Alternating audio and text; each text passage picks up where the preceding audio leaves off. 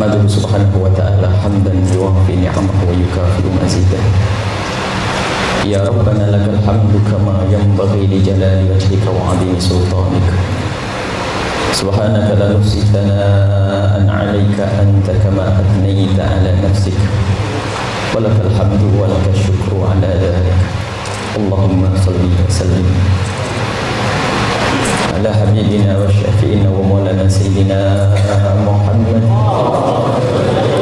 البشير والنذير الذي تنفتح به أبواب الخير وتنغلق به أبواب الشر، وعلى آله الأطهار وأصحابه الأخيار. اللهم يا ربنا نسألك محبة حبيبك سيدنا محمد، واحشرنا يوم القيامة مع زمرته وتحت لوائه. اللهم يا ربنا حبب إلينا ما أحبه حبيبك سيدنا محمد. اللهم يا ربنا ويا غافر الذنوب اغفر الذنوب، ويا مفرج الكروب فرج الكروب، ويا ساتر العيوب استر العيوب، يا علام الغيوب ببركة الحبيب المحبوب. ارزقنا يا ربنا الشهادة، ارزقنا يا ربنا التوبة قبل الموت، والشهادة عند الموت، والجنة بعد الموت. أما بعد، yang sangat kami cintai, yang kami muliakan Sayyidil Wahid Al-Habib Umar ibn Sayyidil Wahid Al-Habib Abdurrahman As-Segar. Semoga Allah senantiasa menjaga beliau, memanjangkan umur beliau, menambahkan kecintaan kita kepada beliau, dan semoga Allah Subhanahu wa Ta'ala senantiasa menjadikan siapapun yang mengambil ilmu dari beliau mendapatkan ilmu yang manfaat, ilmu yang menjadikan kita semakin dekat dengan Sayyidina Muhammad sallallahu alaihi wasallam dan para habaib dzurriyyah Sayyidina Muhammad sallallahu alaihi wasallam, para alim ulama, para guru-guru, pewaris Sayyidina Muhammad sallallahu alaihi wasallam, dan para pecinta-pecinta Nabi Muhammad sallallahu alaihi wasallam yang hadir saat ini ataupun yang tidak bisa hadir, ataupun yang hanya bisa menyaksikan dari jauh. Ketahuilah bahwa saat ini kita berada di dalam nikmat yang sangat agung. Mungkin inilah yang akan kita jadikan bahan renungan. Jangan sampai ada di antara kita tidak menyadari kalau kita berada di nikmat yang sangat besar. Kita bisa berkumpul untuk mengingat Nabi, berkumpul untuk bergembira dengan Rasulullah. Ini adalah nikmat besar dari Allah Subhanahu wa Ta'ala.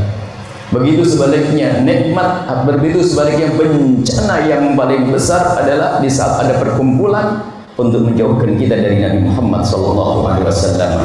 Pintu menuju Allah hanya ada Nabi Muhammad SAW. Pintu keselamatan hanya Rasulullah. Sehebat apapun bangsa manusia, jika di hatinya tidak ada Nabi Muhammad, tidak akan sampai kepada Allah Subhanahu wa Ta'ala. Bahkan ahli ibadah yang katanya ahli ibadah, orang alim yang katanya alim, jika hatinya tidak sambung dengan Sayyidina Muhammad sallallahu alaihi wasallam, tidak akan diterima dan tidak akan dianggap. Mungkin orang menjadi seorang alim tapi hatinya jauh dari Nabi Muhammad. Muncullah Abu Jahal. Abu Jahal bukan orang bodoh, Abu Jahal orang yang sangat cerdas. Abu Jahal orang yang mengerti Nabi Muhammad Nabi. Abu Jahal setiap ada wahyu turun juga menghafal wahyu itu. Akan tapi hatinya tidak sambung dengan Nabi sallallahu alaihi wasallam, maka menjadilah dia musuh terbesar Rasulullah sallallahu alaihi wasallam. Maka nikmat besar kalau kita masih dikumpulkan dengan hamba-hamba yang rindu kepada Rasulullah. Disebut di sini nama Nabi Muhammad.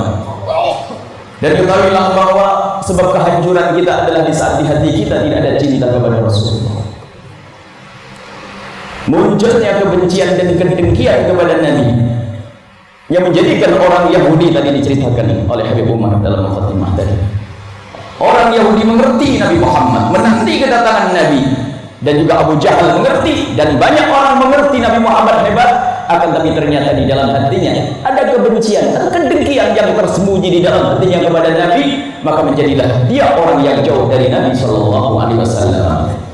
Maka begitu pentingnya makna kecintaan kepada Nabi. Ulama, habaib dari masa ke masa yang digembar-gemborkan adalah bagaimana menumbuh suburkan makna kecintaan kepada Sayyidina Muhammad sallallahu alaihi wasallam. Amal sebanyak apapun jika tidak diberi ruh cinta tidak akan ada nilainya. Maka bersyukur dan bersyukurlah dengan sungguh kalau kita masih dikumpulkan dengan orang-orang yang mencintai Nabi Muhammad SAW. Adapun upaya-upaya musuh Allah, setan, iblis dan bagundal-bagundalnya dari bangsa manusia, kalau ingin menjerumuskan mereka ke neraka, adalah cukup mereka jauhkan umat ini dari Nabi Muhammad SAW. Sehingga sekarang bermacam-macam model bagaimana kita dijauhkan dari Sayyidina Muhammad. Sesaat diajari untuk membenci Nabi Muhammad secara langsung dengan menfitnah, membuat cerita tentang Nabi Muhammad yang palsu, merendahkan Nabi Muhammad yang tidak pernah bisa direndahkan, menghinakan Nabi Muhammad yang tidak pernah bisa dihinakan. Lihat, yang dikerjakan oleh musuh-musuh Allah. Dan banyak orang yang terpengaruh dengan yang demikian ini. Bahkan mungkin dari kaum muslimin yang lebih senang mendengar informasi dari musuh-musuh Allah, musuh-musuh Rasulullah, menjadilah munafik-munafik. Ada lagi sesaat menjauhkan kita dari Nabi Muhammad dengan menjauhkan dari ahli bait Nabi Muhammad SAW. Mengajari kebencian, biarpun tidak ditampakkan dengan wajah, sesaat memang menyebut kecintaan dengan ahli bait, akan tapi ternyata diam-diam di dalam hatinya ada kedengkian yang tersembunyi, maka sesungguhnya ia akan jauh dari Sayyidina Muhammad SAW. Sekarang bisa kita lihat di antara kelompok orang yang katanya menyeru mengaku sunnah, mengikuti sunnah Nabi, diam-diam di dalam hatinya ada permusuhan yang tersembunyi dengan ahli bait Nabi. Apa yang terjadi setelah itu? Lihat, dia tidak senang jika ada orang bertawasul dengan Nabi, misalnya dengan maulid Nabi, tidak senang dengan semuanya yang di situ disebut Nabi Muhammad seolah-olah ini adalah kemaksiatan. Ini buah daripada kebencian yang tersembunyi di dalam hati seorang hamba kepada Nabi Muhammad. Apakah benci melalui ahli bait Nabi SAW, benci dengan ahli bait Nabi SAW. Ini juga musibah besar.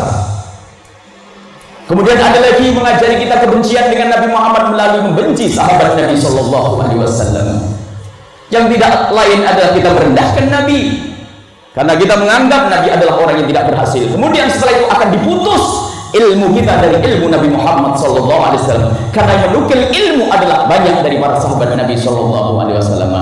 Akhir-akhir ini ada lagi upaya menjauhkan kita dari Nabi Muhammad, ditanamkan kebencian di hati kita dengan Arab. Macam-macam ini upaya, sehingga Arab, Islam Arab, ada Islam Jawa, Islam Sunda, Islam macam-macam. Ini problem sebetulnya, tujuannya adalah bagaimana agar umat ini jauh dari Sayyidina Muhammad SAW. Maka bersyukurlah kalau kita masih berkumpul dengan para alim ulama, para habaib, alim ulama yang sebentar-sebentar menyebut tentang cinta Nabi Rasulullah, dan lagi disebutkan wa rafa'na laka dzikrak. Nabi disebut-sebut.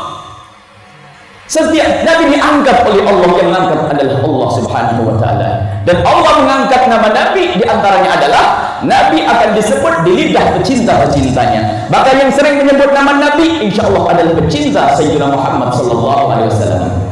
Maka sehebat apapun manusia, jika di dalam hatinya tidak ada kecintaan kepada Nabi Muhammad, dia nol, tidak punya apa-apa pada hakikatnya. Maka dari itu mari pertama kita mensyukuri kalau kita punya majelis yang semacam ini. Tapi ternyata tidak cukup kita hanya berbangga dan bersyukur dengan majelis kita, akan tapi harus hati kita terenyuh di saat melihat sekelompok kaum muslimin yang ternyata setia menuduh atau mengatakan orang yang semacam ini adalah ahli bid'ah dan sebagainya. Ini problem besar, dan mungkin cara pandang kita yang harus kita rubah. Mungkin kita selama ini adalah memandang itu sebagai biasa saja, akan tapi harus kita rasakan di hati kita. Sekaligus untuk mengetes kecintaan di hati kita dengan Sayyidina Rasulullah. Di saat ada orang mencaci Nabi, di saat ada orang mengolok Nabi, atau di saat ada orang mengolok pecinta Nabi, apa yang ada di hati kita? Marah adalah urutan yang kesekian. Akan tapi apakah kita pernah menitikkan air mata di saat melihat saudara-saudara kita ternyata dia jauh dari Sayyidina Muhammad SAW? Terenyuh, kita mendoakan mereka. Dan makna ini penting agar kita semakin yakin bahwasanya majlis kita ini adalah majlis istimewa, majlis bersama pecinta Sayyidina Muhammad SAW. Artinya apa? Anda benar semuanya. Di tempat yang semacam ini syukuri dan berjanji untuk tidak akan pisah dari tempat ini sampai kita mati dan kelak dibangkitkan kembali kita bersama rombongan Sayyidina Muhammad SAW, dan kita ingin kembali kelak di surga bertemu dengan Sayyidina Muhammad SAW. Karena kecintaan dan itu janji Nabi berucap dengan wahyu, la yantiqu anil hawa in huwa illa wahyun yuha. Nabi pernah mengatakan anta ma'aman ahbabta, engkau akan bersama orang yang engkau cintai. Inilah kenapa para ulama kita kok sebentar-bentar cerita tentang mahabbah Nabi, cinta Nabi, mahabbah Nabi. Kenapa begitu pentingnya kecintaan Nabi? Tidak ada gunanya siapapun, sehebat apapun, jika tidak ada kecintaan kepada Sayyidina Muhammad sallallahu alaihi wasallam. Kemudian selanjutnya kita perlu korek-korek hati kita. Benarkah kita selama ini ngaku cinta ini sudah ada benar cinta di hati kita? Jangan sampai hanya di lidah kita. Yang penting syukuri dulu kalau kita berada di tempat ini, la in syakartum la azidannakum, insyaallah ditambah oleh Allah.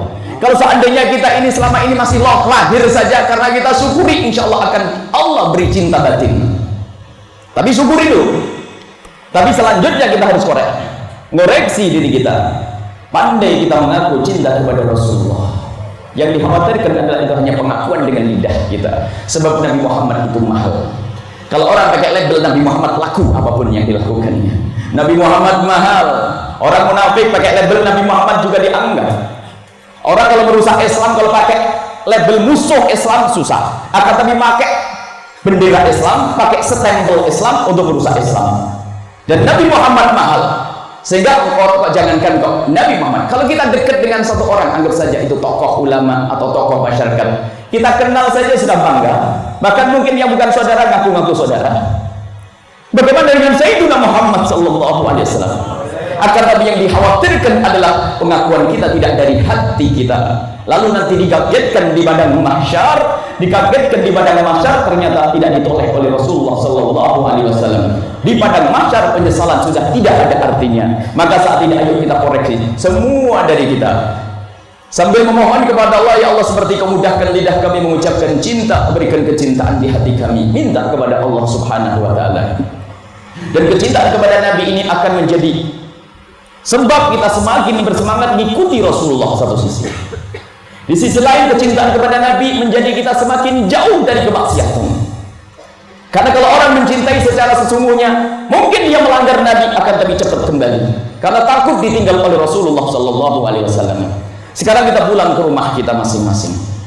Kita koreksi diri kita sendiri. Jangan sampai Nabi Muhammad adanya hanya di majelis saja. Kita ingin Nabi Muhammad ada di rumah kita. Kita ingin Nabi Muhammad di pasar kita. Kita ingin bawa Nabi Muhammad di dalam segala aktivitas kita. Kalau di majelis alhamdulillah sudah khusyuk, semoga diterima oleh Allah. Tapi tidak boleh kita terlena. Setan itu kalau pengen menjerumuskan orang, tidak langsung dibawa kepada tempat kemungkaran. Kadang apa ditipu oleh setan. Kebaikan yang ditampilkan oleh setan akan tapi tujuannya adalah kejelekan. Banyak yang demikian itu. Setan seolah menghiasi sehingga seolah-olah orang sudah sampai, sudah menjadi pecinta Nabi, lalu lupa tidak koreksi diri. Tidak disadari bahwasanya ternyata apa yang ia lakukan bukan untuk menyanjung Nabi. Ini diingatkan oleh Imam Al-Ghazali rahimahullah tentang ulama dan sebagainya. Bisa saja tertipu, atau orang yang melakukan kebaikan, ahli ibadah, dalam kitab Al-Kashf wa Tabyin, ternyata yang paling mengerikan adalah orang yang sering lupa. Memang kalau orang kafir jelas, orang munafik jelas tempatnya. Orang dari ahli ibadah yang sering melakukan kebaikan, akan tapi kok tidak selalu koreksi diri, tanpa disadari ternyata dia itu tertipu oleh setan. Maka insya Allah kita tidak menjadi orang yang tertipu. Nanti ada bagaimana agar kita tidak tertipu, nanti akan kami sebutkan di akhir. Tapi sekarang kita koreksi.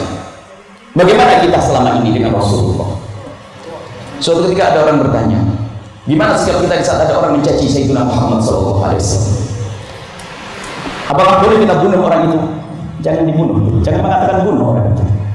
Kita perlu bertanya diri kita sendiri. Di saat kita mendengar Nabi Muhammad dicaci, lalu kita masuk ke kamar kita yang sepi, tidak ada orang, bisakah kita menangis di tempat itu? Karena yang dicaci siapa?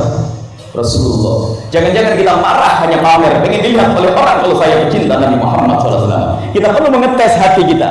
Di saat di kamar sempit Nabi Muhammad dicaci, lalu kita menangis. Kita menangis dengan sesungguhnya karena merasa kita sakit hati kita karena Nabi Muhammad dicacian di Allah. Baru setelah itu berpikir bagaimana untuk membela Rasulullah SAW. Dan ini urusan hati, sebab cinta urusan hati. Termasuk yang mengaku cinta kepada Nabi SAW harus ada perubahan di dalam diri kita, di rumah kita, keluarga kita. Kadang-kadang pertanyaan ringan. Kalau kita kedatangan seorang habib atau seorang alim, alangkah senangnya. Rumah kita didatangi Fadilat Sayyidil Habib Umar misalnya, atau para kiai dan sebagainya, kita senang karena rumah kita diberkahi oleh orang-orang soleh. Di saat ditanya bagaimana jika rumahmu didatangi oleh Rasulullah, senang atau tidak?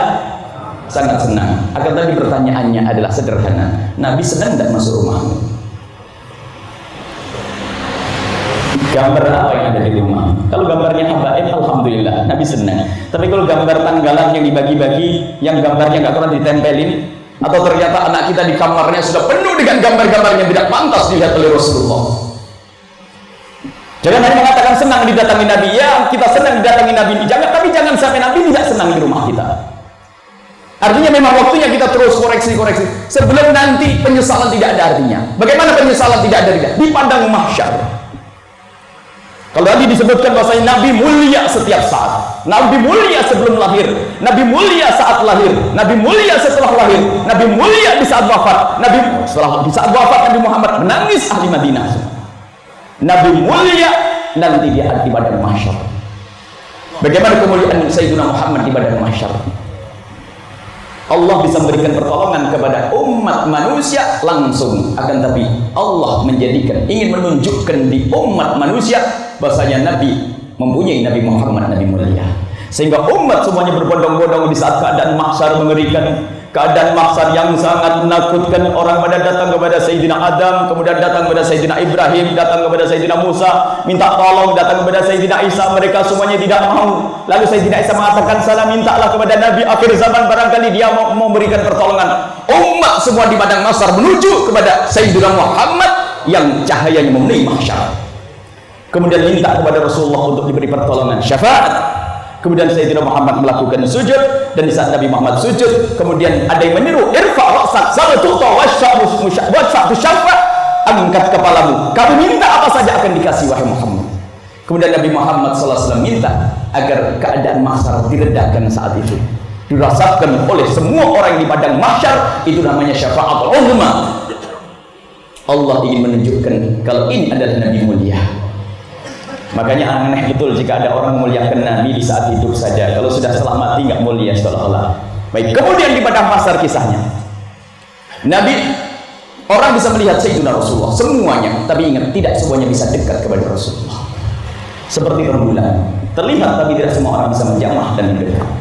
Akhirnya yang bisa mendekat kepada Rasul adalah orang yang dicari oleh Rasulullah, dan Allah memberikan kekuatan kepada Sayyidina Muhammad untuk menjangkau semua umatnya. Sehingga ada yang bertanya, ya Rasulullah, bagaimana engkau bisa mengenali umatmu di antara umat yang banyak? Nabi menjawab, kalau seandainya ada orang punya kuda yang banyak, kemudian ada kuda yang kepalanya putih, apakah kamu bisa mengenalinya? Oh, sangat bisa. Begitulah aku mengenali orang-orang yang mencintaiku, begitulah aku mengenali umatku. Kemudian Nabi diberi kekuatan untuk mengambil semua umatnya, dan dibawa umat-umat beliau itu oleh Rasulullah, diantarkan ke telaga Kautsar. Semoga ini golongan kita. Dibawa ke telaga Kautsar, kemudian diberi air minum telaga Kautsar, dan siapapun yang meminum air telaga Kautsar tidak akan haus selama-lamanya. Kemudian setelah itu akan dibawa oleh Rasulullah bersama rombongan beliau. Dalam riwayat, rombongan kaum pria dipimpin oleh Sayyidina Rasulullah, dan rombongan kaum wanita dipimpin oleh Sayyidat Fatimah Zahra. Kemudian Sayyidina Rasulullah menyeru, ayo pergi ke surga semuanya. Meluncur mereka menuju ke surga. Dan ingat bahwasanya orang yang berada di padang mahsyar disebutkan bahwasanya puluhan ribu tahun bagi orang kafir dan orang munafik. Tapi ketahuilah bahwa padang mahsyar bagi umat Nabi Muhammad pecinta Nabi, dalam hadis sahih disebutkan melewati padang mahsyar ma baina dhuhri wal asri, antara zuhur dengan asar. Allah sallallahu alaihi Muhammad tidak merasakan kesusahan lagi bersama rombongan Sayyidina Muhammad. Dan di saat rombongan Sayyidina Muhammad meluncur menuju surga begitu cepatnya, ada orang-orang yang tertinggal dan mereka merasa waktu di dunia sebagai umat Sayyidina Muhammad. Kemudian mereka menyeru dan menyeru dan menyeru, tapi Nabi tidak menoleh, sehingga mereka semakin kuat menyeru, ya Rasulullah, jangan tinggal kami umatmu. Kemudian Nabi berhenti, dan di saat Nabi berhenti menoleh kepada umat-umat yang mengaku dirinya adalah umat Nabi Muhammad, Nabi melihat wajah-wajah mereka. Kemudian Nabi bertanya, bagaimana aku tahu kalau ke umatku? Mereka menyebut, aku di dunia melakukan kebaikan begini-begini ya Rasulullah. Mengaku umat Nabi Muhammad. Aku punya majelis, aku punya kebaikan, aku punya pesantren, aku punya ini ya Rasulullah. Akan tapi setelah itu, di saat Nabi Muhammad mendengar ungkapan mereka, pengakuan mereka, ternyata Nabi setelah itu menggelengkan kepala dan berkata, tidak, aku tidak bisa mengenalimu saat ini, karena di dunia engkau tidak pernah kenal aku dengan hatimu. kemudian ditinggal oleh Rasulullah. Ini yang kita khawatirkan. Yang kita khawatirkan, kita mengaku di dunia akan tapi ternyata tidak diaku oleh Rasulullah. Nah, makanya kita sedang masih punya guru-guru yang selalu mengingatkan ini. Sebab kalau sudah lupa, tiba-tiba kita dikagetkan tidak disapa oleh Rasulullah, akan ditinggal oleh rombongan Rasulullah, itulah penyesalan yang sudah tidak ada artinya lagi. Ini keadaan di padang mahsyar seperti itu, ditinggal oleh rombongan Rasulullah. Dan saat ini agar kita tidak tertinggal, ayo kita serius. Kalau kita bicarakan kecintaan Nabi serius, kita belajar. Rumah kita harus kita jadikan rumah Nabi Muhammad SAW. Dan kecintaan kepada Nabi SAW menjadikan orang mudah mengikuti Rasulullah. Memang kalimat mudah diucapkan, tapi belajar serius ini yang susah. Menanamkan kecintaan. Guru-guru mulia, alhamdulillah kita punya guru. Seperti majelis kita, majelis seperti ini, majelis para habaib yang mulia dan para kiai-kiai yang mulia. Tidak ada waktu kecuali berbicara dengan Rasulullah. Tapi ada majelis di sana. Majelis di sana yang jauh daripada hal-hal yang semacam ini. Semoga mereka diberi oleh Allah kesadaran. Kita tidak ingin ada yang tertinggal. Baik. Kemudian kecintaan kepada Nabi ini bisa dipelajari. Karena cinta itu bukan urusan hati, tapi harus ada akal dulu. Kalau orang berbicara cinta urusan hati, iya, tapi akalmu bisa membaca, melihat, kemudian setelah itu dengan akalmu itu akan merasakan hati. Sehingga sebab cinta itu adalah karena baiknya yang dicintai, atau karena indahnya yang dicintai. Mustahil orang mencintai serta-merta.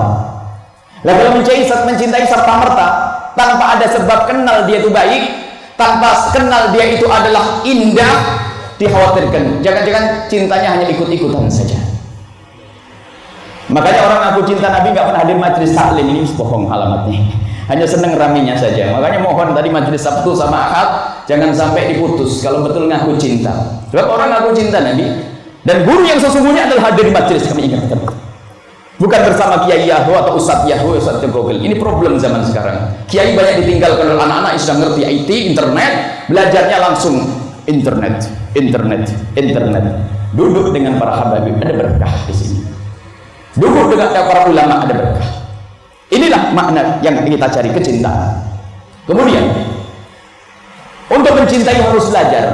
Tambah ilmu tentang Nabi, tentang akhlak Nabi, tentang kemuliaan Nabi akan menghadirkan kecintaan. Tapi yang jelas kita harus koreksi setiap hari itu. Kalau seandainya Nabi masuk rumah kita, kemudian duduk bersama kita di ruang tamu, jujur kita dengan Allah dan Rasulnya. Sebab jangan dianggap Rasulullah tidak tahu. Tu'radu alayya a'malu ummati, apa yang kita lakukan diketahui oleh Rasulullah.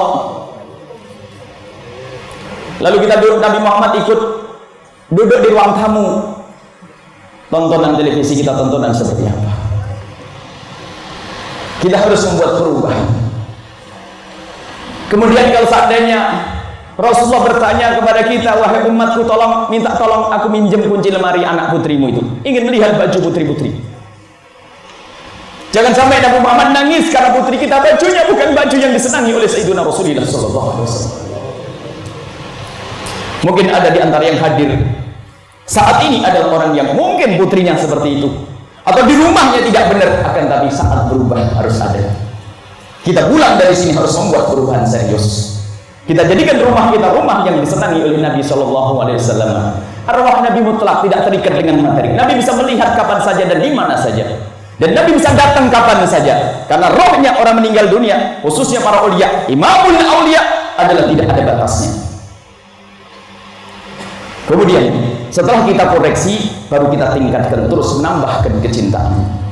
Baca sejarah Nabi. Mungkin kita langsung tadi, masya Allah, faedah dari para guru-guru mulia, dari para habaib dan para kiai, tadi faedah yang sudah sangat cukup. Tapi sekarang kita langsung aja tutup poin. Bagaimana kita agar bisa mencintai Nabi Muhammad SAW? Karena begitu pentingnya makna cinta.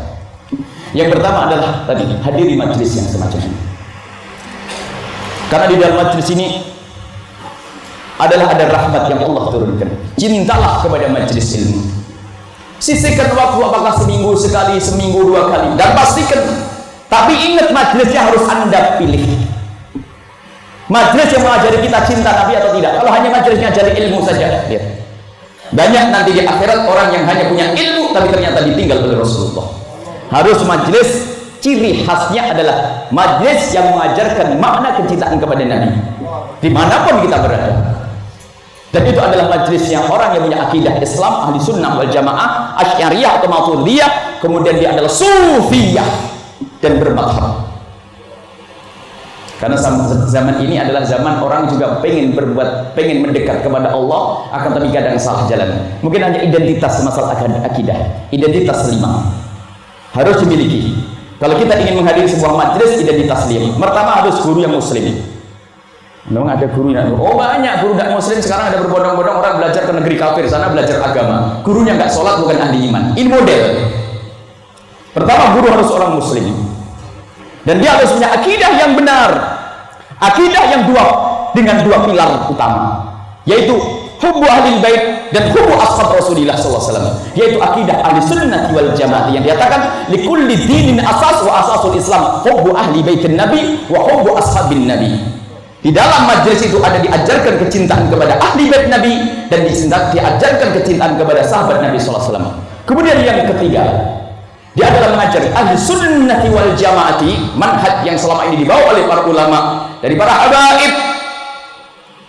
Aman sebelum adanya muncul akidah aneh itu. Aman dia, tentrem Indonesia Raya, nyebar ke penjuru dunia, dibawa oleh para ulama, dibawa oleh para habaib dengan akidah benar, akidah ahli sunnati wal jamaati, yang bisa dilihat saat ini akidah ahli tarim misalnya, khususnya ada di sana.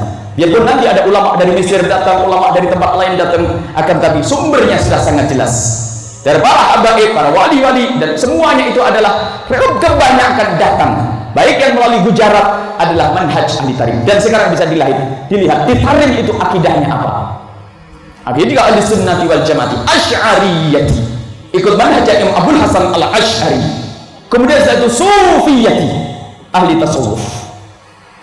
Sudah, kalau pokoknya kita baca buku atau majlis sudah membenci ahli tasawuf, langsung tinggalkan, Anda akan dijerumuskan kalau di situ. Kemudian yang terakhir adalah bermadhab. Ini adalah identitas 5 yang selalu kami hadirkan untuk jadi pegangan. Kalau pengen nyekolahkan anak harus ada identitas 5. Ambil menantu, identitas 5. Mau menikah dengan orang, identitas 5. Islam, ahli sunnah wal jamaah, asy'ariyah atau maturidah, sufiyah, dan bermadhab. Jadi yang pertama ini majlis, alhamdulillah, Sayyidil Walid Habib Umar, silsilah sanadnya bukan sekedar sanad ilmu saja. Kalau kita lihat sanad nasab beliau adalah dari walidu Sayyid Al-Walid Habib Abdul Rahman sampai ke atas, sampai kepada Sayyidina Rasulullah SAW. Dan begitulah ilmu itu harus ada sanad. Makanya kalau kita melihat Google sama Yahoo, ini problem saat ini, itu harus melalui petunjuk. Mungkin webnya guru mulia, bukan kita liar. Hati-hati, kita sering liar sehingga semua orang pintar ngomong sekarang, nggak pakai guru. Sementara yang menjadikan aman akidah itu adalah kalau kita punya guru dan aman akhlak. Kemudian setelah itu kita belajar majelis-majelis yang semacam ini. Kemudian yang kedua, ringan saja. Yang kedua adalah biasakan anak-anak kita, diri kita dengan Rasulullah. Amalan tidak berat. Kita tidak ngajari membaca wirid yang satu gembok tebel sampai semalam suntuk nggak selesai, bukan. Tapi kita amalan yang ringan, dan pastikan kita mengamalkan ini. Amalan yang selama ini sudah biasa kita lakukan. Mohon maaf, ini bukan amalan para habaib, para kiai-kiai mulia. Ini untuk kita yang awam-awam ini, insya Allah. Ini kita yang awam ambil amalan ringan ini. Apa itu amalannya ringan? Tadi pastikan bisa mengamalkan dan tidak berat. Tidak menambah amalan untuk anak-anak kita, tetapi membiasakan. Contoh, anak kita sudah makan, anak kita sudah minum, setiap hari minum, setiap hari makan, setiap hari ke toilet, setiap hari pakai baju. Mulai detik ini, saat ini, pastikan anak kita tidak akan makan dan minum kecuali dengan tangan kanannya. Tidak akan masuk WC kecuali dengan kaki kirinya. Berat atau tidak? Tidak berat. Cuma yang menjadi masalah itu saat bapaknya pun lupa dengan Rasulullah. Ini problem. Kita biasakan anak kita sederhana. Biasakan setiap amalan-amalan kita sambungkan dengan Nabi. Kalau pakai baju, dahulukan baju tangan kanan. Karena Nabi SAW yuhibbut tayammuna, enggak berat. Yang menjadi bernilai adalah sambungnya dengan Sayyidina Muhammad SAW. Bahkan kalau kita masuk WC, kok tiba-tiba lupa kaki kanan kita dulu, jangan ragu untuk menarik. Saya ingin ikut Rasulullah. Indah. Nabi akan tersenyum melihat hamba yang semacam ini. Sederhana, biasakan dengan Rasulullah. Mau minum, mau makan, baca bismillah. Selama ini memang kita mengajari kalau baca bismillah agar makananmu berkah, setan tidak ikut makan. Benar, itu ada riwayat dari Nabi. Akan tapi lebih penting adalah kita sambungkan dengan Nabi. Kenapa kita pakai bismillah sayang? Karena Nabi pernah melakukan semacam ini. Dikit-dikit dihubungkan dengan Sayyidina Muhammad SAW. Kita perlu membaca hadis sunnah Nabi adalah dengan hati yang sambung dengan Nabi. Membiasakan. Sebab kita suatu ketika ingat Sayyid Ahmad Al-Badawi radhiyallahu anhu punya seorang ibu, seorang yang sangat solehah, wali besar, ibundanya seorang wali. Suatu ketika Sayyid Ahmad Al-Badawi itu setelah menjadi seorang alim lapor kepada ibunya, Umi, alhamdulillah saya sudah menjadi orang seperti yang kau inginkan, orang alim, orang besar. Kata ibunya, kau sudah jadi orang besar? Nah, iya ibu, saya sudah jadi orang besar, semua ilmu ada, tafsir hadis semua. Ternyata jawaban ibunya enteng. Nah, apakah kamu sudah pernah ketemu dengan Rasulullah? Bingung, ya Umi, Rasulullah sudah wafat lama, bagaimana saya bisa ketemu Rasulullah? Nah, apakah kamu tidak pernah mengamalkan sunnah Nabi? Nah, ibu, aku tidak pernah membaca satu hadis kecuali aku mengamalkannya. Tidak ada satu sunnah Nabi yang aku dengar kecuali aku amalkannya. Ibunya tersenyum. Di tengah malam lagi tahajudan disamperin oleh anak beliau. Lalu ibu bertanya, mungkin yang salah caramu mengamalkan sunnah. Nah, jujur, waktu kamu mengamalkan sunnah Nabi, kamu ingat Rasulullah atau tidak? Maksudnya gimana? Waktu kamu mengamalkan sunnah Nabi, siapa yang kau ingat? Tidak. Mulai sekarang nak, kalau ingin ketemu Rasulullah, jangan mengamalkan sunnah Nabi kecuali yang kau ingat adalah Rasulullah. Waktu kami dengar cerita ini langsung ngeplak, bener ya. Kalau kita mengamalkan hadis, ingat kita Bulughul Maram. Ingat kita, bukan ingat Rasulullah. Ingat hadis, oh ini hadis ini, mana Sayyidina Rasulullah? Enteng ini, amalan enteng. Dari seibu yang soleha. Kalau ilmu Sayyid Ahmad Al-Badawi lebih banyak ilmunya, akan tapi ternyata ilmu kenal Nabi itu yang mahal. Mulai detik itu Sayyid Ahmad Al-Badawi semakin beda di jalan menjalankan sunnah, nggak buru-buru. Nah ini maksudnya ketemu Nabi itu kalau mengamalkan sunnah pasti berhenti sejenak, dia sadar, ingat kalau ini adalah amalan Nabi SAW. Dan dalam segala amalan daknya kita niatkan seperti itu. Solat yang kita lakukan, kita melakukan solat karena Allah, khusyuk kepada Allah. Akan tapi Nabi juga pernah bersabda, "Shallu kama ra'aitumuni usalli." Solatlah engkau seperti melihat aku. Melihat lahir dengan cara memahami rukun dan syaratnya, tapi batin adalah ingat Nabi SAW. Sehingga di dalam solat pun kita harus mengucapkan kalimat tasyahud. Assalamu, mengucapkan salam kepada Nabi, dan salam serius, bukan salam main-main. Salam seolah-olah kita melihat Nabi. Bunyi apa? Assalamu alaika, bukan assalamu alaihi, atau assalamu alaika. Sehingga ulama mengatakan kalau kita pakai dhamir khitab, pakai dhamir anta atau ka, engkau, di dalam sholat batal kecuali khitabnya untuk Allah dan Rasulullah Sallallahu Alaihi Wasallam. Kita perlu serius sedikit saja, nggak berat amalan. Kita sampai di rumah, kita biasakan anak-anak kita. Sewaktu makan, kumpul, baca bismillah. Dedek, kenapa baca bismillah? Biar berkah, tambah lagi. Biar kenapa? Biar kita sambung dengan Nabi Sallallahu Alaihi Wasallam. Mengambil dengan tangan kanan, ingatkan Sayyidina Muhammad SAW. Sehingga rumah kita hidup dengan Rasulullah, dengan amalan yang ringan. Sampai Nabi meningkat kalau mau beli baju. Sayang, teteh, adik, nak, kalau mau beli baju, ingat baju yang disenangi oleh Rasulullah SAW. Dan terus Nabi Muhammad hidup di rumah kita, sehingga Nabi Muhammad ada di hati anak kita, di telinga anak kita setiap saat, di mata anak kita karena melihat sunnah-sunnah Nabi dilakukan oleh saudaranya. Ini yang kedua, dan amalan ringan. Tapi mohon ini adalah nasihat dari seorang ibu soleh, seorang syarifah, ibunda daripada Sayyid Ahmad Al-Badawi, sampai beliau menjadi seorang kutub wali besar. Karena apa? Mengamalkan sunnah Nabi tapi sadar, ngeh, dan sungguh. Kita kadang baca hadis itu tidak seperti tidak berhadis. Ada satu hadis Nabi contoh, kita pernah melewati tapi nggak pernah sadar. Baru setelah bicara tentang keutamaan Nabi, balik lagi ke hadis yang pernah kita baca beberapa tahun yang lalu. Contoh, ada satu hadis Nabi menyebutkan bahasanya.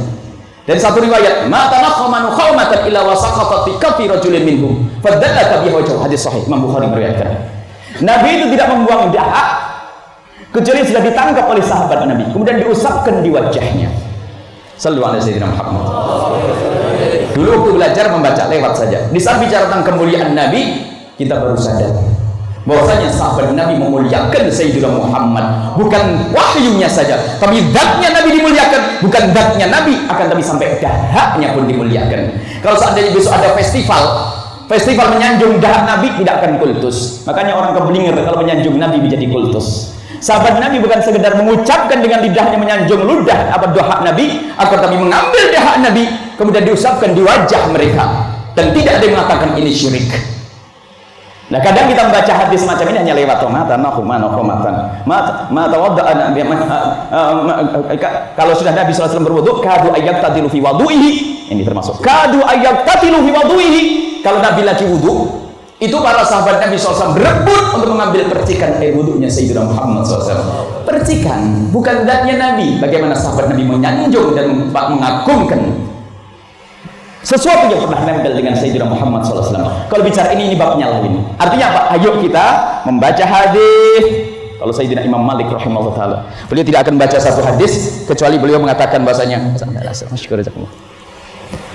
kalau Imam Malik membaca hadis, kursinya ditinggikan, pakai minyak wangi, kemudian melirik ke kubur Sayyidina Rasulullah SAW, minta izinnya. Sayyidina Imam Muhammad Al-Bakir kalau baca hadis Nabi pucat wajahnya seolah didatangi oleh Sayyidina Rasulullah SAW. Kita pengen baca kayak gitu. Makanya termasuk selama ini mungkin ada yang tidak bisa baca hadis, tapi kan sudah ngerti kalau Nabi makan pakai tangan kanan. Itu saja, ayo di rumah kita biasakan. Ringan, amal ringan, bawa ke rumah. Nasihati anak-anak kita, pastikan mulai hari ini anak kita sudah makan pasti dengan tangan kanannya, minum dengan tangan kanannya, tapi tidak cukup minum dan makan dengan tangan kanan, tapi kita sadarkan, nah apa yang kalau kau lakukan ini adalah yang pernah dilakukan oleh Rasulullah SAW. Ini adalah yang kedua, dan mohon diamalkan, tidak berat, ringan semuanya. Yang ketiga adalah membaca sholawat kepada Rasulullah. Jangan banyak-banyak tapi rutin. Setiap pagi berapa, siang berapa, malam berapa, atau langsung diborong. Sebagian para masyayikh mengatakan bahasanya minimal 300 kali. Minimal 300. Barangkali sudah punya ijazah dari guru-guru mulia, lakukan, sempurnakan itu. Ada yang 1000, 2000 ya. Minimal ini. Bagi yang belum pernah punya amalan. Kalau dibagi 3, pagi sebelum berangkat sekolah, pulang, kemudian sebelum tidur. Kalau mau tidur, bahasa yang paling indah dari orang tua nanti indah begini. Nah, sudah 300 atau belum? Mungkin antara adik dengan kakak selalu ngomong, sudah 300 belum kau kak? Belum. Jadi dikit-dikit Nabi Muhammad, Nabi Muhammad, Nabi Muhammad, Nabi Muhammad 300 kali. Tapi tolong ajari baca salawat, jangan ngebut untuk menyelesaikan bilangan, tapi ingatkan, nah kalau baca salawat waktu nyebut nama Nabi Muhammad, kau ingat Rasulullah. Allahumma sholli ala Sayyidina Muhammad, Allahumma sholli ala Muhammad. Ringan, 300 saja. 300. Ini adalah cara ringan untuk mengenalkan anak-anak kita, keluarga kita dengan Nabi SAW. Baru setelah itu apa? Ditingkatkan membaca sejarah Nabi ya. Nah, ini membaca sholawat kepada Nabi. Kemudian setelah itu kalau mau ditingkatkan, yang pertama tadi menghadiri majelis, jangan lupa. Jangan sampai hadir majelis waktu maulid ini toh saja. Hadiri setelah itu. Tapi masih lumayan hadir hari ini, lumayan, alhamdulillah. Semoga ngeces dalam 1 tahun. Tapi kalau sudah terlanjur mati, nanti gimana hatinya? Hadiri majelis-majelis mulia. Kemudian membiasakan dengan Nabi. Yang ketiga adalah membaca salawat kepada Sayyidina Muhammad sallallahu alaihi wasallam. Yang kemudian yang keempat adalah membaca sejarah Nabi SAW. Membaca sejarah Nabi. Sedikit perlu dijelaskan tentang bagaimana isi Nasim Tuturah, Maulid Tibai, Barzanji. Baca dengan merenung tentang akhlak-akhlak Nabi, kemuliaan Nabi sallallahu alaihi wasallam. Yang kelima, ini sederhana. Minta Allah kepada Allah agar kita mencintai Nabi. Minta. Kita sering lupa mungkin yang satu ini juga. Kita sering minta duit, minta rezeki banyak, minta anak soleh. Akan tapi jujur, siapa yang pernah minta, ya Allah berikan kepadaku kecintaan kepada kekasihmu Nabi Muhammad. Bahkan para salafun soleh bukan minta cinta kepada Nabi, bahkan habib ilaina ma'ahabba wa habibuk. Ya Allah cintakan kepadaku semua yang dicintai oleh Rasulullah, bukan saja Rasulullah. Enggak juga ini, enggak pernah doa begini. Nah, ini problem memang kita ini. Kalau semakin sering berdoa, kita semakin ingat pentingnya cinta. Seperti kita ingat pentingnya duit untuk bayar kontrakan, pentingnya duit untuk beli kendaraan, untuk ngaji dan sebagainya. Akan tapi kita bilang cinta Nabi adalah sangat penting. Kemudian setelah kita mengamalkan itu terus sambil koreksi. Apa yang selama ini kita pelajari, alhamdulillah insya Allah semuanya sudah belajar. Koreksi. Apakah ini semua tambah kita taat kepada Allah dan Rasulnya, kemudian tambah takut kepada maksiat atau tidak? Kalau ternyata tidak menambahkan taat kepada Allah dan tidak menjadi jauh maksiat, terus koreksi. Mungkin tidak benar kita dalam menghadiri majelis. Niatnya enggak, kurang tulus. Kalau orang sudah mencintai Nabi, rindu untuk mengikuti Nabi, mengikuti Nabi SAW. sampai kebiasaan-kebiasaan. Belajar untuk kenal Nabi, kemudian lebih dari itu jauh dari kemaksiatan. Di pungkasan ini akan kami hadirkan satu kisah.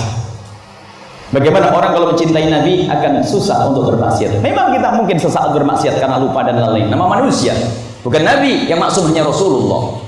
Dan para wali-waliullah dijaga oleh Allah, akan tapi mungkin bermaksiat, tapi dijaga oleh Allah. Akan tapi kita ini yang orang-orang biasa mungkin melakukan kesalahan, akan tapi selagi ada cinta akan mudah kembali. Sebab tidak ada satu kemaksiatan yang dilakukan seorang hamba kecuali menjadi penghalang antara kita dengan Rasulullah. Makanya banyaklah istighfar, banyak mohon ampun kepada Allah. Kalau kita mati, kalau sudah diampuni Allah, nanti bareng dengan Rasulullah. Kenapa? Dosa itu menjadikan kita jauh dari Nabi. Kemudian lihat, kalau orang cinta Nabi akan susah melakukan kemaksiatan. Ada satu, ini pungkasan, ada satu sahabat Nabi yang bernama Tha'labah bin Abdurrahman. Kami sangat senang dengan kisah ini, dan saya ulang-ulang untuk diri, paling tidak untuk yang lainnya. Tha'labah bin Abdurrahman itu anak muda. Kalau kita lihat anak muda di pinggir jalan tadi, Masya Allah bangga kita. Jadi mencintai Nabi tidak harus orang tua. Yang muda pun bisa mencintai Sayyidina Rasulullah SAW. Tha'labah bin Abdurrahman ini bukan Abu Tha'labah, tapi Tha'labah bin Abdurrahman, seorang pemuda umur yang 14-15 tahun, tapi di dalam hatinya ada Nabi Muhammad SAW. Sehingga tidurnya di masjid menghadap pintu rumahnya Nabi. Kenapa? Agar dia menjadi orang pertama melihat Nabi kalau Nabi keluar dari rumah beliau. Dan kalau disuruh oleh Rasulullah sangat cepat. Kalau ditanya, Tha'labah, kamu kalau disuruh Nabi pakai orang buru-buru itu kenapa? Dia menjawab, kalau aku disuruh Nabi kan aku pisah dari Nabi. Aku ingin segera menyelesaikan pekerjaan lalu kembali bisa melihat wajah Rasulullah. Saya betul-betul mencintai Sayyidina Rasulullah. Jadi kalau Nabi senang menyuruh anak muda ini, suatu ketika disuruh oleh Rasulullah untuk sebuah tugas. Berjalanlah anak muda ini melewati gang kota Madinah. Kemudian di salah satu gang kota Madinah itu pas ada angin menerpa. Orang Madinah waktu itu tidak semuanya kaya, fakir-fakir banyak. Sehingga pintunya ada pelepah kurmanya diikat. Kemudian di dalamnya itu ada kamar mandi. Kamar mandi bukan seperti zaman sekarang ada kuncinya, hanya pakai kelambu tertutup begitu. Di saat sang Tha'labah melewati rumah tersebut, ada angin menerpa, terbukalah pintu. Karena pintu terbuka oleh angin, angin menerpa kain yang ada di dalam, tersingkap. Di dalamnya ada wanita yang lagi mandi. Kemudian Tha'labah melihat, "Ra'aituha marratan aw marrataini." Aku melihat 2 kali. Sekali atau 2 kali. Setelah itu Tha'labah sadar, kalau ini tidak benar. Padahal melihatnya tidak dengan sengaja. Kemudian dia menangis. Takut kembali kepada Rasulullah. Takut nanti ada wahyu turun kalau Tha'labah dibilang orang munafik. Dia pengen tobat dulu, malu saya ini utusan Nabi, ngaku dekat dengan Nabi, ngaku cinta Nabi, kok aku melihat seperti itu? Bingung dia. Saking bingungnya Tha'labah bin Abdurrahman, dia berjalan mengikuti langkah kaki yang tak tahu kemana. Bingung dia, bingung. Sayyidina Muhammad nunggu di tempat. Karena tadi disuruh. Di waktu sholat yang pertama ditanya, mana Tha'labah? Nggak ada ya sholat. Sholat yang kedua ditanya, mana Tha'labah? Nggak ada sholat. Sholat yang ketiga, nggak ada. Hari pertama tidak ada. Hari kedua tidak ada. Hari ketiga disuruh mencari. Tidak ada sholat. Coba cari semua penjuru kota Madinah. Tidak ditemukan siapapun. Tidak ditemukan Tha'labah. Lalu Sayyidina Rasulullah menyuruh Sayyidina Umar bin Khattab dan Sayyidina Salman Al-Farisi untuk mencari. Salman, Umar, pergi ke sana kau. Di antara bukit itu ada Tha'labah. Berangkatlah Sayyidina Umar dengan Sayyidina Salman Al-Farisi. Salman adalah satu figur pecinta Nabi, kalau pengen tahu. Salman itu bukan dari ahli bait Nabi, dari Persia. Akan tapi begitu cintanya kepada Rasulullah sampai dikatakan Salman minna ahli bait. Saking cintanya kepada ahli bait Nabi dan Rasulullah sampai dianggap seperti ahli baitnya Nabi sallallahu alaihi wasallam. Berkat kecintaan, Salman dianggap seperti ahli bait, padahal dari orang Persia karena kecintaan kepada sahabat ahli bait Nabi sallallahu alaihi wasallam dan kepada Rasulullah SAW. Berangkatlah Sayyidina Salman. Ini kalau yang pengen bergabung dengan para habaib ahli bait yang benar, yang serius, nanti akan digiring bersama beliau. Sambung hati yang serius. Berangkatlah Sayyidina Salman dengan Sayyidina Umar bin Khattab ke tempat yang dituju, yang diisyaratkan oleh Nabi. Tidak ada siapa-siapa, padang pasir. Hanya tiba-tiba di ujung sana ada gerombolan yang berjalan begitu. Setelah diperhatikan, oh itu gerombolan kambing. Berarti ada yang mengembala. Barangkali yang mengembala adalah dia, itu orangnya. Tha'labah. Didekati, bukan Tha'labah. Lalu bertanyalah Sayyidina Umar, Pak, Bapak di sini sudah lama? Oh saya lama, ini berhari-hari sudah ada di sini. Apakah Bapak melihat seorang anak muda? Anak muda, cirinya bagaimana? Anak muda itu cirinya adalah umur yang 14-15 tahun, kalau jalan cepat, wajahnya ceria, senyum. Jadi Tha'labah itu terlihat di wajahnya senyum terus. Karena sering lihat Rasulullah. Makanya kalau orang senang dengan Nabi, dekat dengan Nabi, mudah senyum. Ya, makanya kalau jalan jangan cemberut. Orang ngaku cinta namun jalan senyum. Suka ngelihat jin. Tapi melihat Nabi seperti Tha'labah bin Abdurrahman, senyum terus ya wajahnya. Kata Sayyidina Umar, cirinya adalah anaknya kalau jalan cepat, umurnya 11, senyum terus kalau jalan. Kata pengembala kambing itu, 14 tahun bener, jalannya cepat bener. Cuman kalau senyum terus kayaknya enggak ada orang seperti itu. Yang ada adalah memang ada anak umur 14 tahun, dia kalau jalan cepat tapi cengeng dia, nangis, turun dari gunung tuh nangis, naik nangis. Kata Sayyidina Umar, ngomong ke Salman, apakah dia? Enggak, cirinya dia senyum, dia orangnya riang. Tapi barangkali ada sesuatu, cobalah kita tunggu saja. Baik Pak, saya tunggu di sini, barangkali nanti saya pengen tahu dia. Kata pengembala kambing, oh enggak. Selagi di sini ada orang selain aku nggak bakal turun. Dia turun pun setelah tahu pasti kalau aku tidak pernah keluar dari tempat ini. Karena aku pengembala kambing berminggu-minggu, berbulan-bulan di sini, maka dia berani turun. Lalu bagaimana agar aku bisa melihat dia? Kamu sembunyi, kata pengembala kambing. Kau sembunyi. Akhirnya Sayyidina Umar dengan Sayyidina Salman sembunyi di balik batu, nunggu menjelang maghrib. Dan memang Salman, anak muda itu turun dari gunung menjelang maghrib, mendekat ke pengembala kambing, dikasih susu, kenyang langsung naik. Makanan dengan susu, ditunggu oleh Sayyidina Umar. Turunlah betul menjelang maghrib, turun lagi. Diperhatikan katanya. Perhatikan betul bacanya cengeng. Minum susu dengan buru-buru.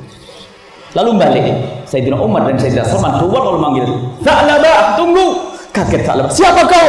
Aku Umar. Umar, kenapa kau kesini? Aku disuruh oleh Rasulullah. Apakah Rasulullah menyuruhmu mencariku karena aku menjadi orang munafik? Sudah ada wahyu turun mengatakan aku munafik? Tidak. Aku tidak mendengar Nabi seperti itu. Tidak, aku malu dengan Nabi. Naik ke atas, dikejar oleh Sayyidina Umar, dipegang. Turunkan, dinaikkan di atas kendaraannya, di atas ontanya, dibawa pulang Tha'labah bin Abdurrahman dengan paksa. Ternyata terhitung mulai dari saat Tha'labah disuruh sampai hari ini 40 hari. Di perjalanan sudah lemah, sakit. Di perjalanan lemah-lemah terlihat dalam tubuh Tha'labah sakit. Kemudian Sayyidina Umar dan Sayyidina Salman karena sakit dikembalikan ke ibunya dulu. Setelah itu, ibu tolong jangan boleh pergi ini Tha'labah. Saya akan lapor ke Rasulullah. Kemudian Sayyidina Umar datang ke Rasulullah, ya Rasulullah, kami sudah menemukan Tha'labah bin Abdurrahman. Di mana? Dia sakit, aku titipkan ke ibunya di rumahnya. Apakah harus aku gendong ke sini Rasulullah? Rasulullah tidak, biar aku ke sana. Datanglah Tha'labah bin Abdurrahman, datanglah Rasulullah kepada Tha'labah bin Abdurrahman. Setelah datang ke sana, mengucapkan salam. Tha'labah menjawab dengan lirih sekali, tidak berani melihat wajah Rasulullah. Kemudian Rasulullah didekati dan ditumpangkan kepala Tha'labah di pangkuan suci Rasulullah. Apa Tha'labah berkata, ya Rasulullah, turunkan kepalaku yang punya mata kotor ini dari pangkuan sucimu ya Rasulullah. Tiba-tiba gelinding sendiri turun. Malu kalau kepalanya diletakkan di pangkuan Nabi. Diangkat lagi oleh Rasulullah. Turun lagi sampai ketiga. Kenapa Tha'labah kau seperti ini? Ada apa dengan matamu? Berceritalah Tha'labah bin Abdurrahman dengan derai air mata. Lihat, kalau cinta Nabi itu nggak berani ngaku-ngaku, malu ngaku kalau akhlaknya nggak niru Nabi ini. Ini zaman sekarang pandai mengaku tapi tidak mencoba niru akhlaknya Rasulullah. Nah ini Tha'labah nggak mau kepalanya di atas pangkuan Nabi, turun. Setelah bercerita begitu, Nabi sadar. Nabi tahu bahwasanya alasannya Tha'labah semacam itu. Setelah itu Nabi bertanya, Tha'labah, kamu ingin apa? Aku ingin diampuni oleh Allah ya Rasulullah. Engkau sudah diampuni. Terus kamu ingin apa lagi? Ya Rasulullah, aku ingin selalu bersamamu ya Rasulullah. Dijawab Rasulullah, engkau akan bersamaku nanti di surga. Tersenyumlah Tha'labah bin Abdurrahman. Setelah itu apa?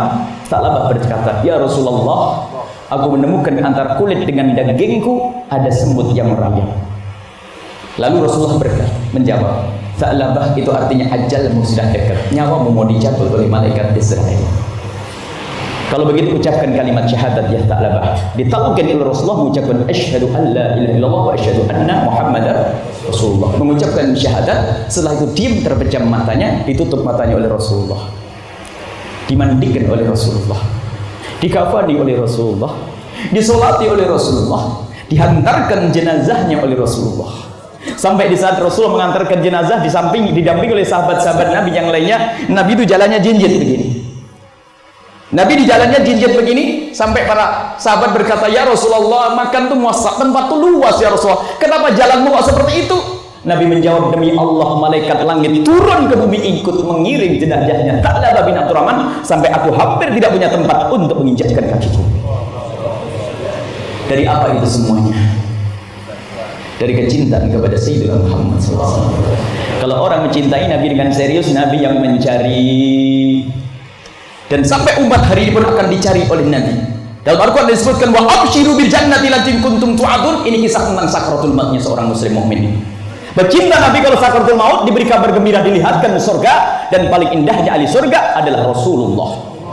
Akan melihat Rasulullah. Dan tidak sedikit yang ditaukin oleh Rasulullah SAW. Jadi bukan bualannya para ahli tasawuf. Nah, tapi ketahuilah banyak kejadian-kejadian yang semacam ini. Jadi kalau sudah mencintai Nabi, lihat, didatangi oleh Rasul, disolati oleh Nabi, dikafani Nabi sampai diantarkan jenazahnya oleh Nabi. Kalau orang mencintai Nabi akan dicari oleh Nabi di dunia dan dicari oleh Nabi saat sakaratul maut, dicari oleh Nabi di alam barzah, dicari oleh Nabi di padang mahsyar, dicari oleh Nabi di surga. Semoga kita golongan orang ini. Tapi tanda cintanya kayak apa tadi? Mau melihat aurat begitu saja sudah takut ditinggal Nabi. Apakah pantas setelah itu kita ngaku cintai Nabi, tak tahu aja tontonan kita tidak pantas? Kita harus sadar saat ini. Apa yang kita lihat? Sekarang zamannya zaman rusak, zaman internet, zaman HP, zaman macam-macam. Kita harus sadar saat ini. Ayo kita membuat perubahan. Itu Tha'labah bin Abdurrahman cuma melihat marratan amaratan. Itu pun tidak sengaja, hanya karena pintu terbuka, ada gerakan, secara otomatis matanya mengikuti gerakan tersebut. Melihat perempuan mandi di balik kelambu yang tersingkat, dia merasakan ini sebuah kesalahan besar yang menjadi sebab tidak bisa kumpul dengan Nabi. Nah sekarang aku cinta Nabi, maksiat jalan, tontonannya nggak karu-karuan. Baiklah, mungkin semua kita melakukan, bukan mungkin, semua kita melakukan kesalahan. Akan tapi ayo kita perlahan membenahi itu semua. Apa yang ada di HP kita harus jujur dengan Allah dan Rasulnya. Apa yang ada di laptop kita harus jujur dengan Allah. Karena zamannya zaman ini. Kita tekankan sisi ini, kenapa? Ini zaman rusak teknologi. Satu sisi adalah memudahkan ilmu kepada orang lain, tapi sisi lain iblis juga punya kiat dengan dunia teknologi ini. Semuanya kembali untuk koreksi. Tidak usah mengoreksi orang lain, mengoreksi aku, diriku sendiri. Orang lain didoakan, mendahsyati ya. Tetapi kita ingin belajar untuk diri kita sendiri. Tha'labah bin Abdurrahman, pecinta Nabi yang sesungguhnya, akan dicari oleh Allah dan Rasulnya. Baik, ini saja yang bisa kami sampaikan. Semoga ini menjadi sebab kita berkumpul kelak bersama Sayyidil Walid Habib Umar dan ajdad beliau dan jidduh Sayyidina Muhammad SAW, dan semua yang ada di majelis ini semoga menjadi majelis yang istiqomah. Baik, insyaallah kami akan sedikit punya permohonan, mumpung ada hamba-hamba yang insya Allah dikabul doanya. Kami ingin menyampaikan sedikit permohonan biar diamini oleh beliau ini. Ada satu doa-doa khusus untuk diri saya sendiri. Bismillahirrahmanirrahim. Alhamdulillahirabbil alamin. Allahumma shalli ala sayyidina Muhammad wa ali sayyidina Muhammad. Allahumma ya Allah, ya Allah, seperti Engkau kumpulkan kami saat ini, kumpulkan kami kelak di surga bersama kekasih Nabi Muhammad. Ya Allah, seperti Engkau mudahkan lidah kami mengucapkan cinta, berikan hati kami kecintaan yang sesungguhnya. Ya Allah, jangan sampai kami mengaku-ngaku cinta kepada kekasih-Mu Nabi Muhammad, tapi hati kami jauh dari kekasih-Mu Nabi Muhammad. Ya Allah, kami mohon, ya Allah, anak-anak kami yang ada di rumah saat ini, ya Allah, anak-anak kami, ya Allah, kenalkan mereka kepada kekasih-Mu Nabi Muhammad, ya Allah. Mereka yang hadir di sini adalah manusia pilihan-Mu, ya Allah. Berkat kehadiran mereka, sampaikan keberkahan ini kepada anak-anak mereka yang ada di rumah, istri mereka yang ada di rumah. Jangan sampai mereka jauh dari kekasih-Mu Nabi Muhammad. Ya Allah, anak keturunan kami jauh, jadikan mereka anak-anak bisa mencintai kekasih-Mu Nabi Muhammad. Ya Allah, kami mohon kecintaan yang sesungguhnya kepada kekasih-Mu Nabi Muhammad, dan kecintaan yang sesungguhnya kepada ahli bait kekasih-Mu Nabi Muhammad, dan kecintaan yang sesungguhnya kepada sahabat kekasih-Mu Nabi Muhammad. Ya Allah, ya Allah, jauhkan kami dari fitnah akhir zaman ini. Jauhkan kami dari dari segala upaya yang menjauhkan kami dari kekasih-Mu Nabi Muhammad. Ya Allah, kami ingin mendapatkan gelar pecinta kekasih-Mu Nabi Muhammad yang sesungguhnya ya Allah. Dan kami mohon siapapun yang hadir di sini ya Allah, yang hadir di sini ya Allah, Engkau Maha tahu tentang kami ya Allah. Jika mereka dengan niat jelek, ganti niatnya dengan niat yang baik dan mulia ya Allah. Seperti lahir mereka khusyuk dengan kekasih-Mu Nabi Muhammad, jadikan batin mereka khusyuk dengan kekasih-Mu Nabi Muhammad. Ya Allah, dengan kehadiran kami di tempat ini berkailah berkat majlis yang mulia ini, dan jadikan majlis dunia akhirat ya Allah, dan jadikan majlis yang menjadi sebab kekasih-Mu Nabi Muhammad ridha dan senang ya Allah. Dan berikan kepada semua yang berjuang di tempat ini, di majlis ini, keikhlasan dan ketulusan ya Allah. Siapapun mereka, apakah yang berjuang dengan ilmu mereka, atau berjuang dengan harta mereka, atau berjuang dengan tenaga mereka, atau berjuang dengan pikiran mereka, atau berjuang dengan panjatan doa di tengah malam, kami mohon berikan kepada semua yang berjuang di majlis ini ketulusan dan keikhlasan ya Allah. Jangan sampai kebaikan yang mereka lakukan tidak bisa mereka lihat kelak di surga ya Allah. Dan jadikan apa yang mereka lakukan ini sebab mereka bersanding dengan kekasih-Mu Nabi Muhammad, dan kirimkan ke tempat ini pejuang-pejuang yang tulus dan ikhlas ahli surga-Mu, murid-murid yang tulus dan ikhlas ahli surga-Mu, pecinta-pecinta Nabi Muhammad yang tulus ahli surga-Mu ya Allah. Dan kami mohon jauhkan kami dari kebencian kepada umat kekasih-Mu Nabi Muhammad, jauhkan kami dari dengki kepada umat kekasih-Mu Nabi Muhammad. Maka kami mohon ya Allah, jika ada orang berbuat salah kepada kami, jika ada orang menyakiti kami, jika orang berbuat zalim kepada kami, jika ada orang aniaya kepada kami mohon jangan Kau timpakan musibah kepada mereka ya Allah. Kami mohon berikan kesadaran dan ampuni mereka ya Allah. Kami tidak ingin mendendam kepada siapapun ya Allah yang berbuat salah kepada kami ya Allah. Ampuni dan berikan hidayah, angkat derajat mereka, muliakan mereka. Dan yang di sana ya Allah, ada sekelompok dari hamba-hamba yang mereka mengaku sambung dengan kekasih-Mu Nabi Muhammad, akan tetapi mereka membenci sebagian umat kekasih-Mu Nabi Muhammad. Sesaat melarang acara-acara semacam ini ya Allah. Sungguh kami mencintai mereka ya Allah. Berikan kesadaran kepada mereka ya Allah, dan jadikan mereka pecinta kekasih-Mu Nabi Muhammad yang sesungguhnya. Jangan sampai mereka tertipu ya Allah. Ada sebagian dari hamba-Mu yang benci kepada ahli bait kekasih-Mu Nabi Muhammad. Ada sebagian membenci sahabat kekasih-Mu Nabi Muhammad. Maka kami mohon ya Allah, berikan petunjuk-Mu kepada mereka ya Allah. Sungguh kami tidak ingin satu dari mereka yang masuk neraka. Ya Allah, tambahkan kecintaan kami dan mereka kepada kekasih-Mu Nabi Muhammad ya Allah. Semua yang ada di tempat ini berkat kemuliaan guru mulia yang ada di sini ya Allah. Guru-guru yang ada di sini wabil khusus Habib, dan juga para guru yang sambung sanadnya kepada Sayyidina kekasih-Mu Muhammad. Kami mohon ya Allah, semua yang ada di sini ya Allah, semua yang ada di sini berikan kepada kami semua ilmu yang bermanfaat, ilmu yang menjadikan kami semakin khusyuk dalam ibadah, ilmu yang menjadikan kami semakin takut melakukan kemaksiatan. Dan kami mohon ya Allah, semua yang ada di sini ya Allah, yang menyaksikan acara ini, yang sempit rezeki berkat majelis yang mulia ini, lapangkan rezeki mereka dengan rezeki yang halal penuh berkah. Yang sakit sembuhkan, yang punya hutang mudahkan kami dalam bayar hutang-hutang kami Allah. Dan kami mohon setelah Kau ikat kami di majelis ini, jangan sampai Kau lepas ya Allah. Kami takut sesat ya Allah. Setelah Kau kumpulkan kami di majlis mulia ini, mohon ya Allah, jangan Kau lepas ya Allah. Dan kami mohon berkailah para habaib, para guru-guru yang ada di sini ya Allah. Berikan kepada mereka istiqomah, makmurkan majlis-majlis mereka semua ya Allah. Makmurkan dengan para pecinta-pecinta kekasih-Mu Nabi Muhammad ya Allah. Kami mohon panjangkan umur kami dalam ketaatan serta sehat walafiat. Panjangkan umur kami dalam ketaatan serta sehat walafiat. Dan ampuni dosa kami ya Allah. Ampuni dosa kami ya Allah. Ampuni dosa kami, jangan sisakan sedikit pun dari dosa-dosa ini. Maka dan kami mohon ya Allah, jauhkan kami dari segala kemaksiatan dan kehinaan. Jauhkan kami dari makan riba. Dan kami mohon jika ada antara yang hadir ini ada yang masih berurusan dengan riba, kami mohon ampuni mereka. Berikan kesadaran, ganti dengan yang halal yang bersih ya Allah. Angkat ya Allah dari kehinaan itu. Jauhkan kami dari judi, jauhkan kami dari minum-minuman keras, jauhkan kami dari zina yang hina dan Kau hinakan. Jauhkan kami dan anak keturunan kami dari zina yang hina dan Kau hinakan itu ya Allah. Yang saat ini banyak terjadi ya Allah, saat ini ya Allah, berzinahan ada di sana sini. Maka kami mohon lindungi kami dan anak-anak kami dari zina yang busuk dan Kau hinakan itu ya Allah. Dan kami mohon jika ada di antara kami atau yang mendengar suara ini ada hamba-Mu yang pernah terpleset dalam hina dan busuknya zina, kami mohon ya Allah, berikan kesadaran kepada mereka dan ampuni mereka, dan tutup aib mereka di dunia dan tutup aib mereka di akhirat ya Allah. Sehingga di dunia tidak lagi terhinakan dan di akhirat tidak Kau siksa lagi ya Allah. Dan bencikan kami kepada kehinaan zina itu ya Allah. Zina ya Allah, syahwat dengan yang haram, ataukah laki dengan laki, perempuan dengan perempuan, yang itu semua adalah menjadikan sebab murka kekasih-Mu Nabi Muhammad. Dan kami mohon jauhkan kami dari sebab kehinaan itu ya Allah. Dan kami mohon panjangkan umur kami dalam ketaatan serta sehat walafiat, dan berikan kepada kami semua husnul khatimah. Husnul khatimah. Kami ingin saat kau cabut nyawa kami, ya Allah, saat itu kami ingat kekasihmu Nabi Muhammad. Kami bisa mengucapkan kalimat syahadat. Ya Allah, kami ingin saat kau cabut nyawa kami, ya Allah, dibimbing oleh kekasihmu Nabi Muhammad. Kami ingin mati husnul khatimah, husnul khatimah, dan jadikan kekasihmu Nabi Muhammad yang akan menemani kami di alam barzah. Jadikan kasihmu Nabi Muhammad yang akan membawa kami di padang mahsyar ke telaga Kautsar, lalu diberi minum kami dengan di telaga Kautsar. Siapapun yang minum tidak akan haus selama-lamanya. Kami ingin bersama rombongan kekasihmu Nabi Muhammad, dan kami mohon berikan kepada kami semua husnul khatimah, husnul khatimah, mati dalam keadaan iman. Dan kami mohon ya Allah, ingin kau cabut nyawa kami dalam keadaan kami sujud dalam salat kami. Kami ingin kau cabut nyawa kami di majlis mulia semacam ini.